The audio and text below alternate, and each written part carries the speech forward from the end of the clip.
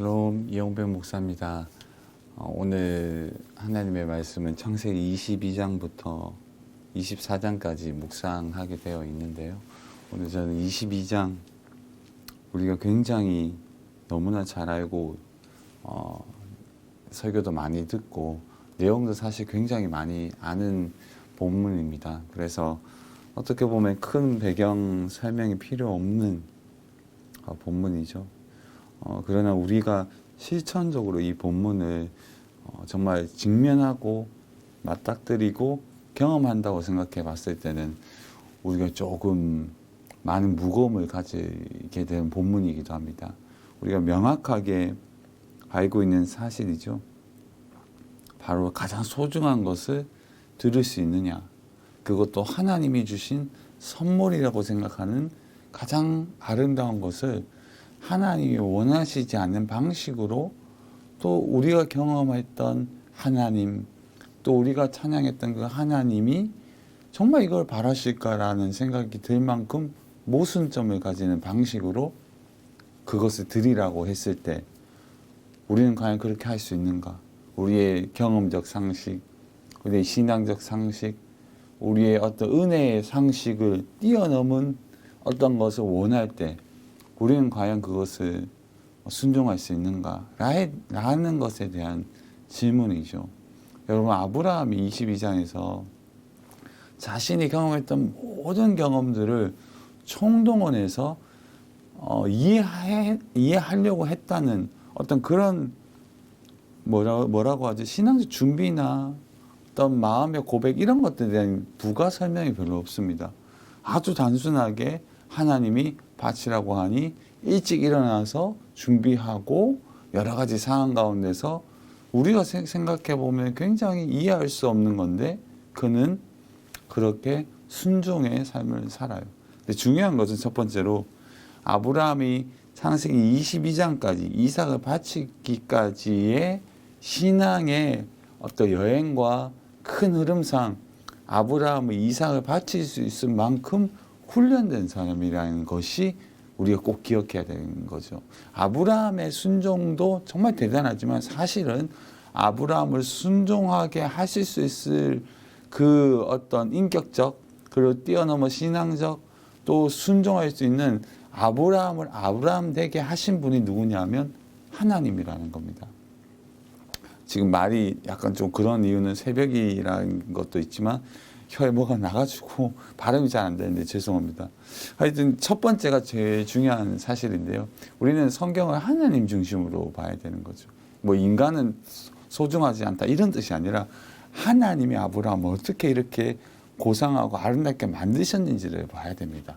거짓말하고 때로는 부끄러움이 많았던 아브라함이지만 하나님은 아브라함을 이삭을 바칠 수 있을 만큼 순종의 사람으로 만드신 거죠. 그리고 두 번째가 보면 이 본문 가운데서 아브라함이 하나님이 분명히 난 이해가 되지 않지만 하나님은 하나님의 무엇인가 내가 이해할 수 없는 뜻이 있고 분명히 이삭을 죽이라는 뜻이 아니라 무엇인가 다른 것을 하나님이 예비하실 거라는 어떤 뉘앙스가 본문에서 있죠. 아들이 물어보잖아요.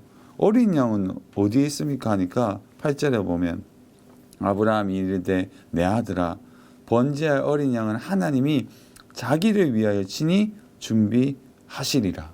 아멘. 이거 뭐냐 하면 그의 인생에서 가장 소중한 것이 무엇일까요? 자기가 사랑하는 이삭이죠. 자기가 사랑하는 아내가 낳은 하나밖에 없는 유일한 약속의 아들. 이스마엘도 사랑했죠. 자기 아들이죠. 그러나 약속의 아들은 이삭이잖아요. 하나님이 주시고자 하셨던 약속 가운데 얻어진 이삭. 그래서 두 번째가 중요한 것이 뭐냐면 성도님들도 우리가 적용점이 분명한 거죠. 하나님이 약속하여 얻은 것, 우리에게 주신 복이죠. 생각해 보면 가정의 복일 수도 있고 우리의 개인적인 은사일 수도 있고 우리가 노력해서 얻지 않은 건데 이미 내 가운데 얻었던 뭐 뱃속에서 태어나기 전부터 예수를 믿었던 것도 사실 복이죠. 이 모든 복이 때로는 그 복으로만 느껴질 때가 있는데 사실은 이것조차도 때로는 하나님이 걷어가시거나 때로는 우리에게 그것이 사라지는 것 같은 고통을 안기실 때가 있습니다. 내가 정말 믿었던 그 기반, 나의 신앙의 기반조차도 때로는 내가 이 정도밖에 안 되지 신앙이?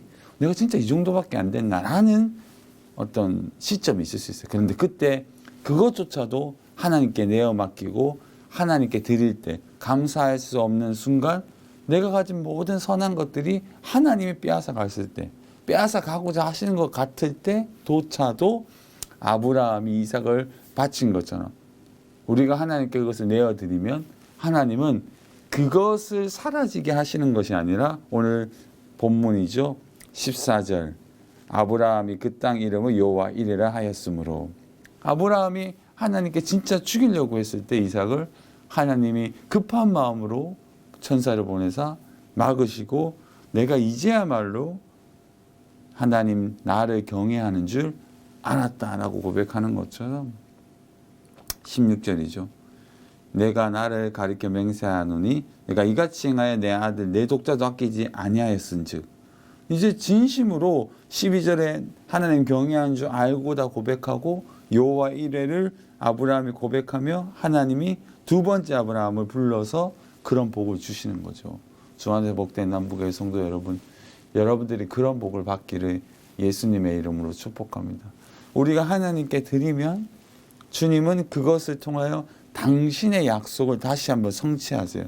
이삭을 주신 약속도 성취가 되지만 하나님이 이삭을 통해서 하늘과 별과 같이 그리고 대적의 성문을 차지하라. 그 메시아의 대망의 사상이 여기 깃들어 있잖아요. 그럼 구속의 역사가 이루어질 거라는 더 구체적인 말씀을 주시는 거죠. 우리가 그래서 상식적인 신앙생활도 되게 좋지만 상식을 뛰어넘는 신앙생활을 할 때 아브라함의 복을 받을 수 있음을 믿습니다. 이 새벽에 이 본문을 통해서 하나님의 크신 은혜가 여러분들의 있기를 예수님의 이름으로 축복합니다.